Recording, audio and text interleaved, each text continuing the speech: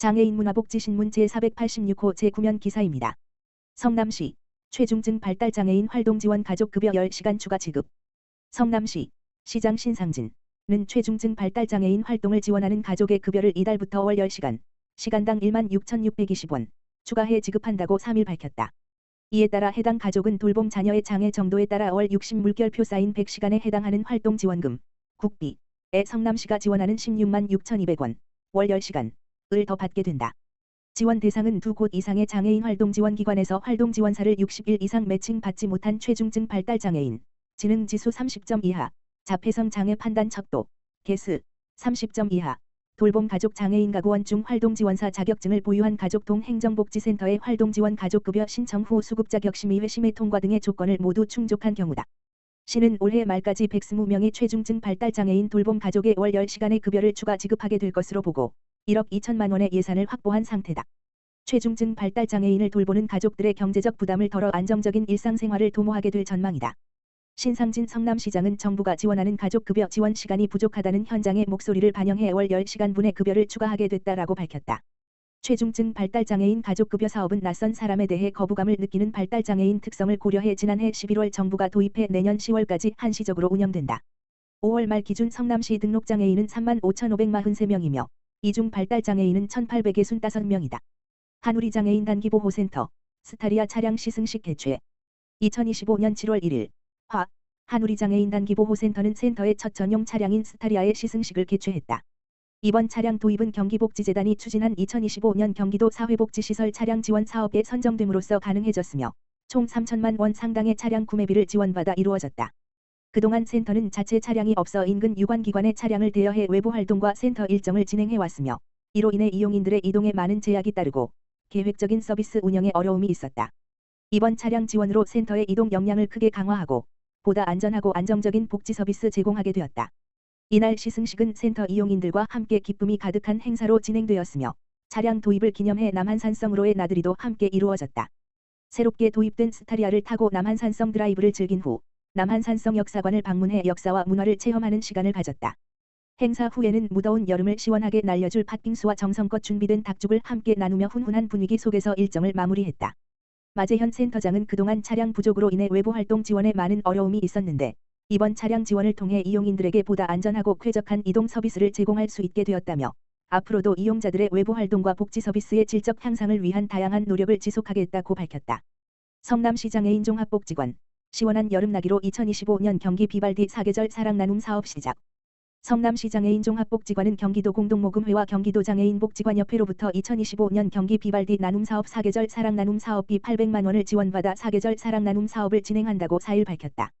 경기 비발디 나눔 사업 사계절 사랑나눔은 시원한 여름나기, 풍성한 사랑나눔, 추석, 따뜻한 겨울나기, 사랑의 온기나눔, 설으로 총 4회기에 걸쳐 계절마다 진행할 예정이다. 사계절 사랑나눔 첫 번째 사업인 시원한 여름나기 지원사업은 여름나기에 어려움이 있는 성남시 관내 저소득 재가장애인 20가정을 대상으로 선풍기와 서큘레이터 겸용 제품을 지원하는 여름맞이 사업이다.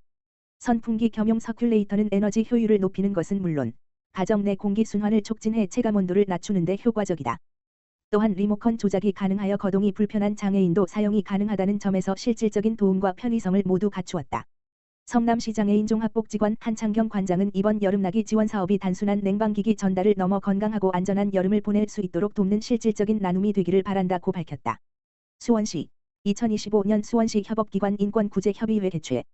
수원시 시장 이재준은 3일 시청 영상회의실에서 13개 협업기관과 2025년 수원시 협업기관 인권구제협의회를 열고 인권침해 구제 방안 등을 논의했다.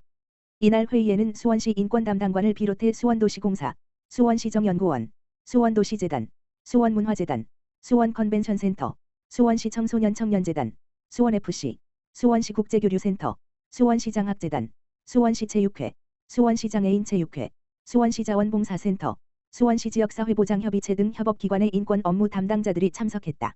수원시 인권담당관 관계자는 인권침해 구제 절차 사례와 2025년 협업기관 인권침해 실태조사 계획을 공유했다. 참석자들은 인권침해 구제 방안을 논의하고 각 기관의 인권 구제 업무 현황을 공유했다. 또 협력 방안 등을 모색했다. 수원시 관계자는 각 협업기관이 인권 보장의 주체로 함께 참여하는 것이야말로 수원형 인권 구제 거버넌스의 핵심이라며 수원시 인권센터가 기관 간 정보 공유와 협력 체계 구축의 중심 역할을 해 나가겠다고 밝혔다. 이어 기관 간 실질적 연대와 협력으로 지역사회의 인권 감수성을 높이고 시민이 체감할 수 있는 인권 보호 체계를 마련할 것이라고 덧붙였다. 수원시 성인정신건강복지센터 개소 30년 기념 행사 정신건강은 마주하면서 시작합니다.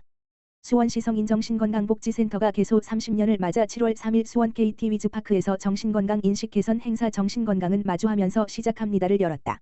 수원시 정신건강 관련 센터 6개소, 정신재활시설 11개소, 종사자, 정신질환 당사자 가족 등 400명이 수원 KT 위즈파크에서 열린 KT 위즈와 키움 히어로즈의 경기를 관람했다. 수원시 성인정신건강복지센터 관계자는 야구장에서 시민 1000명에게 정신건강 홍보물, 향기 비누, 설문지로 구성된 홍보 키트를 배부해 정신건강의 중요성을 알렸다. 또 경기 중 전광판에 정신건강은 마주하면서 시작합니다라는 메시지가 송출됐다. 수원시 관계자는 이번 야구 관람이 정신질환 당사자와 가족이 시민들과 함께 문화 활동을 즐기며 스트레스를 해소하고 사회적 편견을 완화하는 계기가 됐길 바란다며 정신건강을 자연스럽게 마주하고 함께 공감하는 도시가 되도록 노력하겠다라고 말했다. 성남시 수정구보건소 경기도 치매관리사업 성과평가 최우수 기관 선정. 성남시 시장 신상진은 수정구보건소가 2025년, 2024년 추진 실적 기준 경기도 치매관리사업 성과평가에서 최우수 기관으로 선정돼 경기도 치매안심센터 연찬회에서 경기도지사 표창을 수상했다고 3일 밝혔다. 이번 수상은 지난해 보건복지부 주관 한주기 치매안심센터 운영평가에서 우수기관으로 선정된 데 이은 두 번째 성과로 성남시 수정구보건소의 지속적이고 체계적인 치매 예방 관리 노력에 대한 공적이 다시 한번 입증된 셈이다. 경기도는 도내 46개 치매안심센터를 대상으로 치매안심센터 인프라 구축, 서비스 제공, 지역사회 치매관리, 가산점 등 총 4개 항목을 기준으로 서면 및 데이터 조사를 통해 성과를 평가했으며 성남시 수정구보건소는 총 109점을 획득해 이 그룹 내에서 최고 성적을 거뒀다. 성남시는 그간 치매 환자 등록 관리, 조기 검진, 인지 강화 프로그램 운영, 치매 인식 개선 활동 등 다양한 치매 예방 관리 사업을 효과적으로 추진해 지역사회로부터 높은 호응을 받아왔다. 특히 올해 7월 1일부터는 치매 감별 검사 본인 부담금 최대 33만 원 지원 사업 대상을 모든 시민으로 확대함으로써 검사 비용에 대한 부담을 줄이고 치매 조기 발견과 치료를 위한 예방 사업에 더욱 박차를 가하고 있다. 성남시 관계자는 앞으로도 지역사회와 긴밀히 협력해 치매 예방과 관리를 위한 지속 가능한 건강관리 체계를 구축해 나가겠다며 고령사회에 선제적으로 대응하는 치매 안심도시 성남을 실현하는 데 최선을 다하겠다고 밝혔다.